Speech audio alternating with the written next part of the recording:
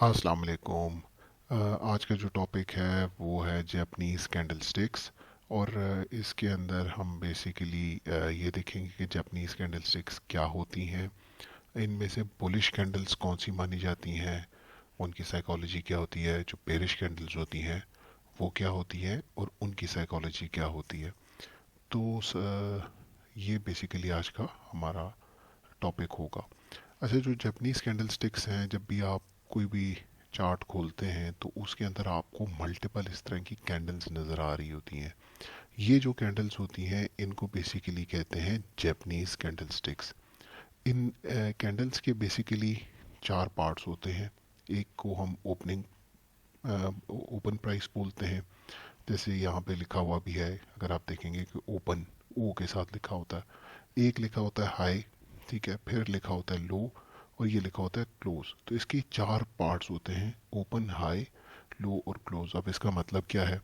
अब जाहिर बात है, जब भी मार्केट किसी भी दिन में ओपन होती है, फॉर एग्जांपल ये पर्टिकुलर दिन अगर हम देखें, तो ये जो स्पॉट होता है इसको बोलते हैं ओपनिंग प्राइस। ये वो प्राइस होती है कि जहाँ पर मार्केट ने बेसिकली ओपन किया है, ठीक है।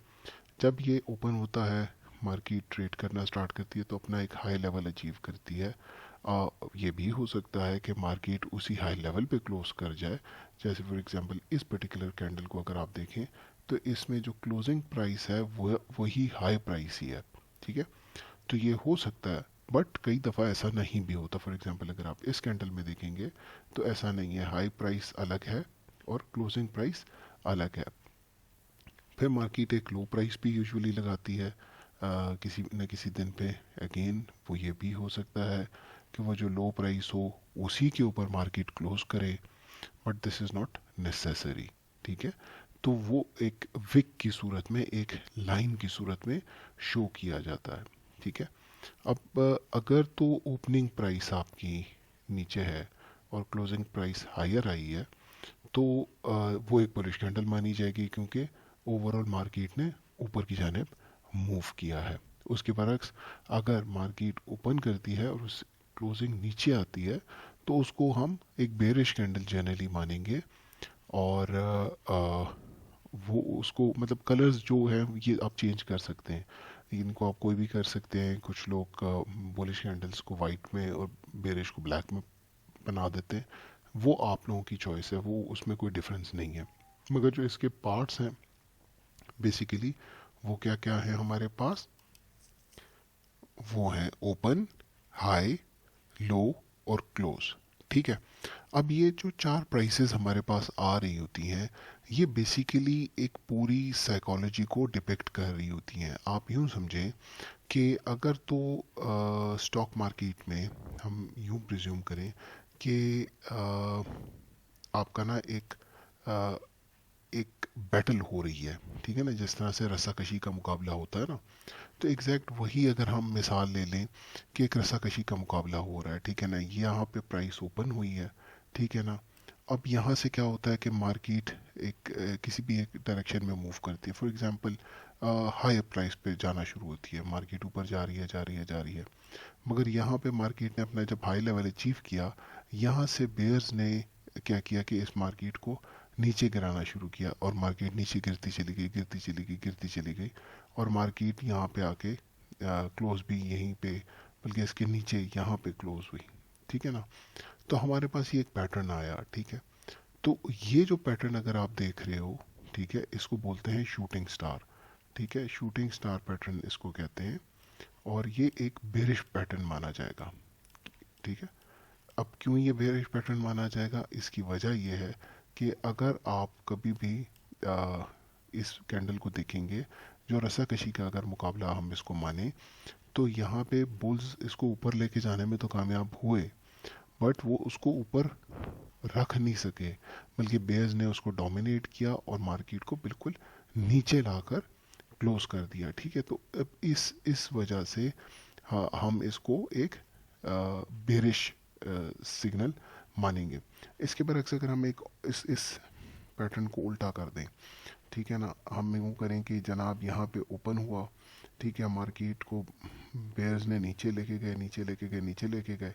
बुल्स ने यहाँ से रिकवरी दी और ये इसको ऊपर लाने में कामयाब हुए और यहाँ पे ये क्लोज करने में कामयाब हो गए। ठीक है ना। अब इसको मुख्तलिफ लोग नाम देते हैं, इसको हैमर भी कहते हैं। ये एग्जैक्ट हैमर तो खैर मैंने नहीं ड्रॉ किया। इसको बुलिश पिन बार कहना ज़्यादा मुनासिब होगा, या ड्रैगन फ्लाई डोजी कहना ज़्यादा मुनासिब होगा। मगर जो इन इन जापानीज कैंडल स्टिक्स के अंदर जो मेन चीज़ है वो नाम नहीं है, वो साइकोलॉजी है, ताकि आपको ये समझ आ सके कि बेसिकली बात क्या हो रही है, कामयाब कौन हुआ। तो अगर आप गौर करें, यहाँ पे बुल्स थे, यहाँ पे बेयर्स थे।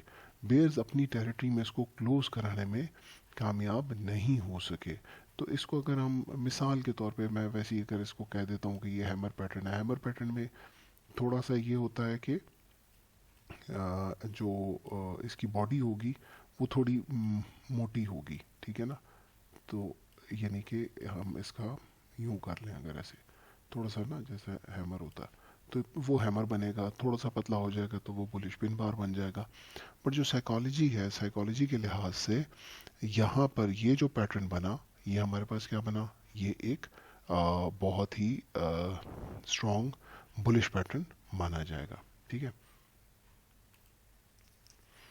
अच्छा, इसके बरक्स फॉर एग्जांपल यहाँ पे ओपन होता है, ठीक है ना, और यहीं से बुल्स टेक ओवर करते हैं और बुल्स मार्केट को ऊपर लेके जाते हैं, ऊपर लेके जाते हैं, ऊपर लेके जाते हैं, और यहाँ पे इसको क्लोज करने में कामयाब हो जाते हैं। ठीक है।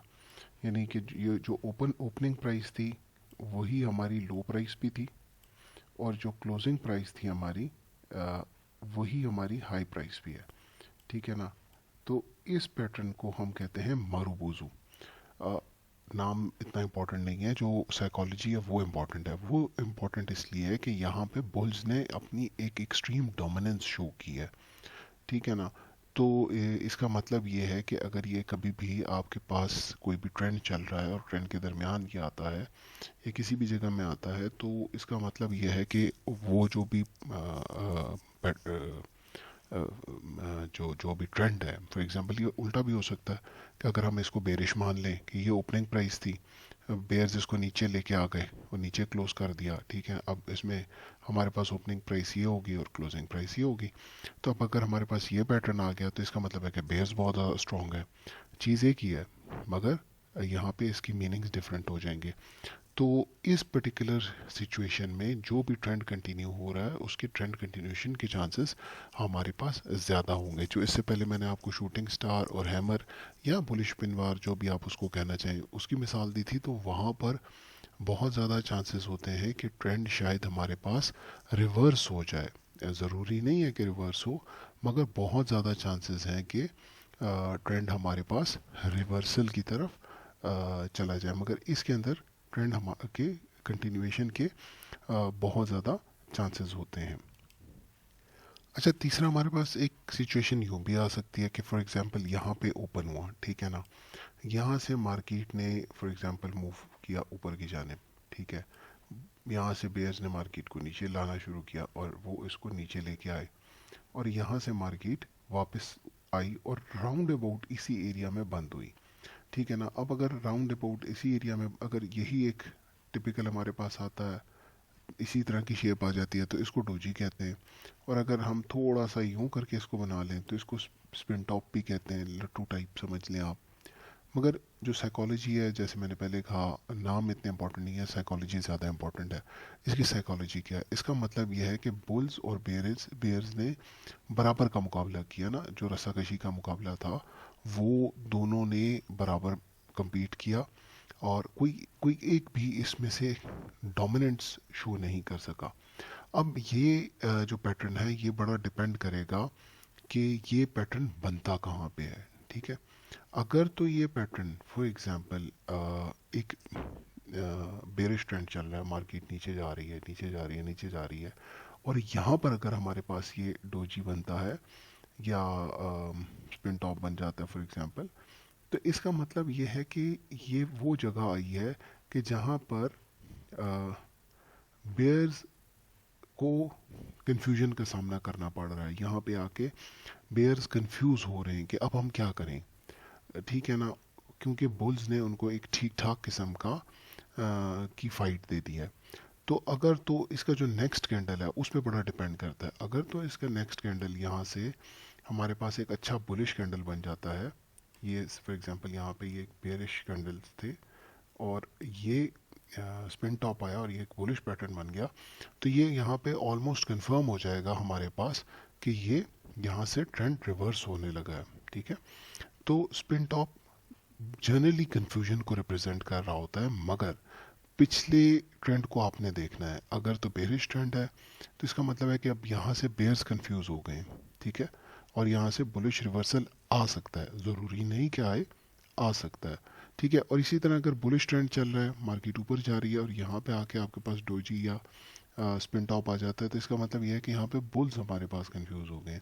और अगर फॉर एग्जांपल एक रेंज बाउंड किस्म की मार्केट है जहाँ पे ये चल रहा है और इस दौरान आपके पास एक डोजी आ जाता है, तो इसका मतलब ये है कि अगले दिन मार्केट इसी तरह चौपी सी रहेगी, मार्केट के अंदर कोई खास ट्रेंड नहीं आएगा। तो डोजी या स्पिन टॉप बहुत ज़्यादा डिपेंड करता है अपने पिछले ट्रेंड के ऊपर। एक बुलिश ट्रेंड के अंदर आपको ख्याल करना पड़ता है कि यार यहाँ से मार्केट रिवर्स हो सकती है, बुल्स कंफ्यूज हो रहे हैं, और बेरिश ट्रेंड के अंदर बेयर्स कंफ्यूज हो रहे हैं। तो ये हमारे पास एक और बड़ा फेमस पैटर्न बन जाता है। तो अभी तक हमने देखा कि जनाब स्ट्रक्चर क्या होता है कैंडल का।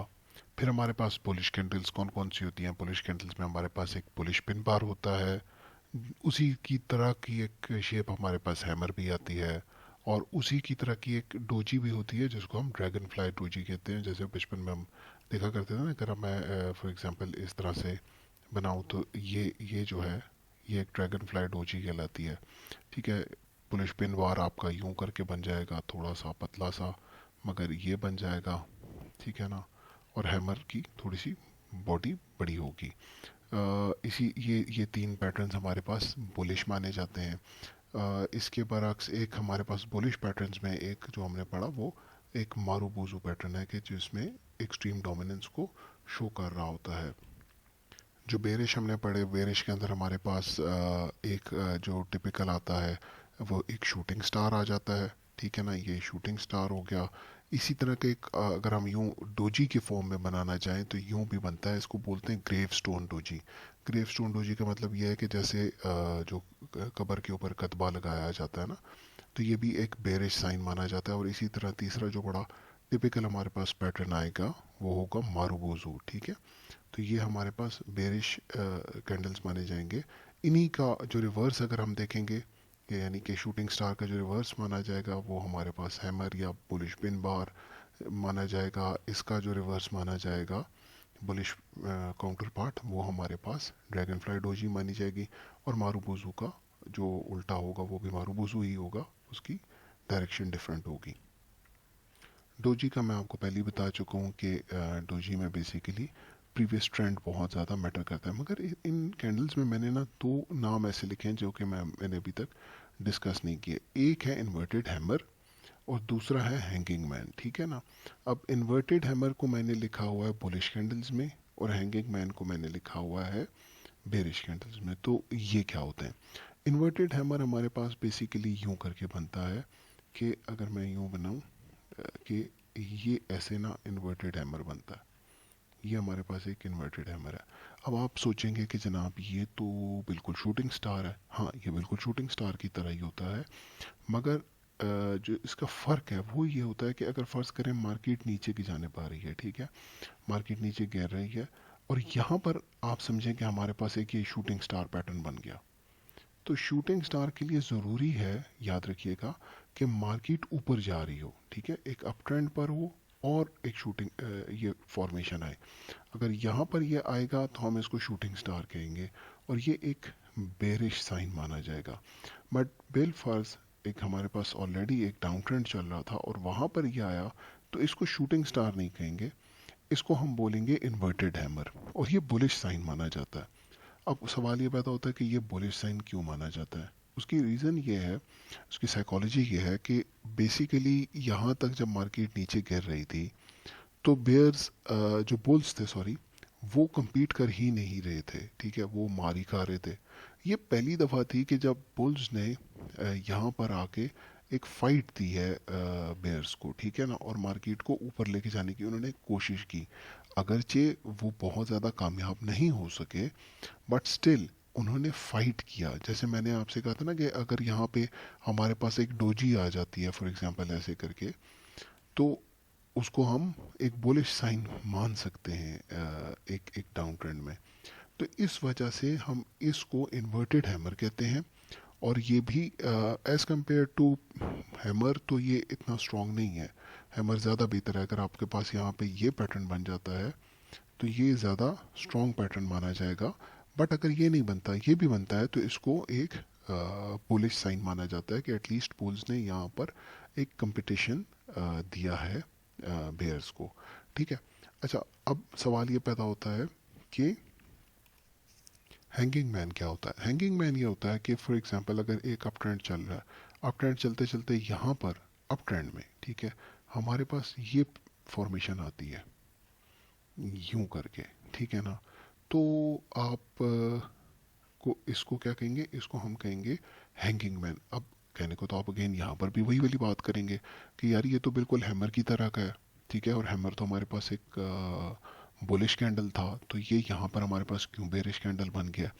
तो उसकी अगेन रीज़न ये है कि यहाँ पर देखें वही वाली बात है कि यहाँ पे एक बुलिश ट्रेंड चल रहा था, और ये वो पहली जगह हमें मिल रही है, मेन मेन जगह मिल रही है कि जहाँ पे बेयर्स ने बेसिकली बुल्स को एक फाइट दिया और अब मार्केट को नीचे लेके जाने की अटेम्प्ट की है, ठीक है ना। तो अगरचे यहाँ पर अगर हमारे पास शूटिंग स्टार फॉर्मेशन हो तो वो ज़्यादा बेहतर मानी जाती है, बट इवन इसको भी हैंगिंग मैन कहते हैं। ये ऐसे ही है जैसे ये एक बंदा हो ऐसे करके, ठीक है ना, हम यूँ बनाए इसको, ये एक बंदा है, ठीक है ना, और उसको आपने हैंग कर दिया, तो इस वजह से इसको हैंगिंग मैन बोलते हैं, ठीक है।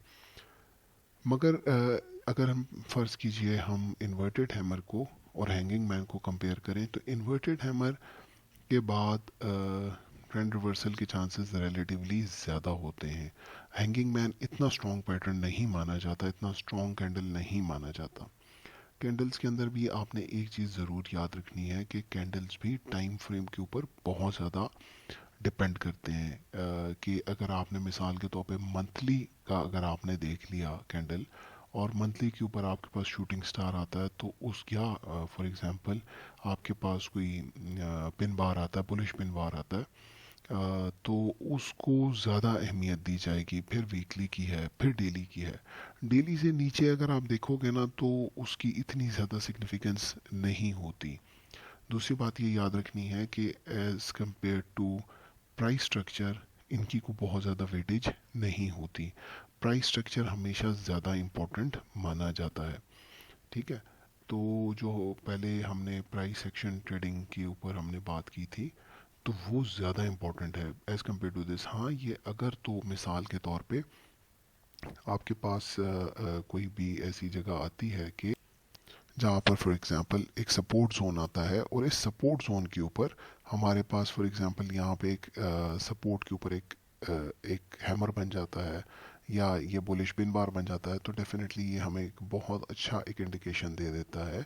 या फॉर एग्जांपल एक रेजिस्टेंस है और इस रेजिस्टेंस के पास आके आपको एक शूटिंग स्टार मिल जाता है, तो डेफिनेटली इसकी अपनी एक इम्पोर्टेंस है।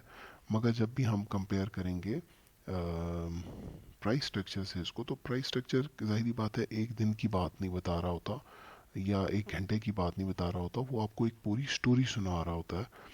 तो उस दौरान कैंडल्स मुख्तलिफ अकसाम के आ सकते हैं। अब फॉर एग्जांपल अगर हम KC 100 इंडेक्स पे देखें, तो यहाँ पे अगर आप गौर करें, इस कैंडल को देखें, तो आपको एक बड़ा अच्छा सा एक हैमर टाइप का एक पैटर्न नज़र आ रहा है। यहाँ पे अगर आप इसको देखें तो ये एक बहुत अच्छा शूटिंग स्टार तो नहीं है, मगर सॉर्ट ऑफ शूटिंग स्टार है। इसको थोड़ा सा नीचे आना चाहिए था।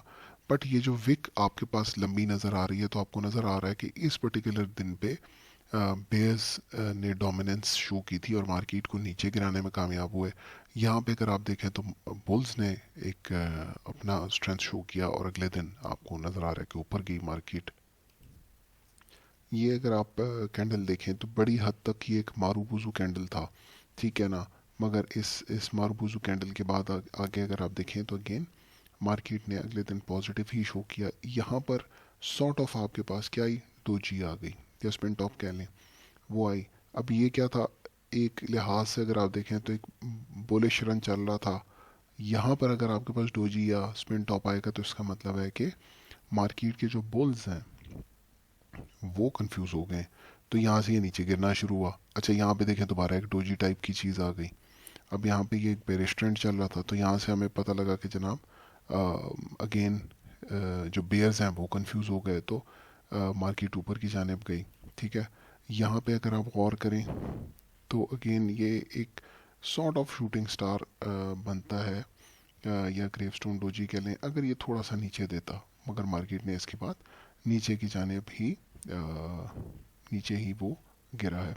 तो बेसिकली ये आपके पास मुख्तलिफ़ किस्म के कैंडल्स बार बार आते रहते हैं। फिर इन कैंडल्स के अंदर, ये तो हमने बात की है ना एक एक कैंडल की, कैंडल्स के अंदर हमारे पास फिर पैटर्न्स भी बनते हैं। उसमें दो कैंडल्स के भी पैटर्न्स बनते हैं। ठीक है, जिसमें से हमारे पास जो कॉमनेस्ट आ रहे होते हैं वो इनकल्फिंग पैटर्न आ रहा होता है, पियर्सिंग पैटर्न आ रहा होता है, और तीसरा हमारे पास हरामी पैटर्न आ रहा होता है। ये हमारे पास टू कैंडल्स की फॉर्मेशन होती है। फिर थ्री कैंडल्स फॉर्मेशन भी होता है, उसमें आपके पास एक इवनिंग स्टार फॉर्मेशन होती है, एक मॉर्निंग स्टार फॉर्मेशन होती है। फिर आपके पास जो एक और बड़ा इंपॉर्टेंट होता है वो होता है bearish deliberation block pattern, bullish deliberation block pattern. तो इंशाल्लाह ताला उसके ऊपर भी मैं वीडियोस बनाऊंगा। ये जो वीडियो है ये बेसिकली जापानीज कैंडल स्टिक्स की जो बेसिक्स हैं उसके ऊपर है, और जो मेन हमारे पास पैटर्न्स आते हैं उनके ऊपर है। ये अगर आप देखें तो यहाँ पे आपको एक इन्वर्टेड हैमर नज़र आ रहा है। यहाँ पे ये देखिए मार्केट नीचे आ रही है और ये एक इन्वर्टेड हैमर बना, और मार्केट फिर ऊपर गई, यहाँ पे सॉर्ट ऑफ शूटिंग स्टार बना। तो एनीवेज आप मार्केट में इसको देख सकते हैं, but always give more importance to the price structure, not to candles. ठीक है, कैंडल्स को भी आप इम्पोर्टेंस दें अगर, हाँ एक एक आइडिया आपको ज़रूर होगा, मगर यही मेन चीज़ नहीं है, आपने प्राइस स्ट्रक्चर को ज़रूर देखना है। Thank you very much. अल्लाह हाफिज़।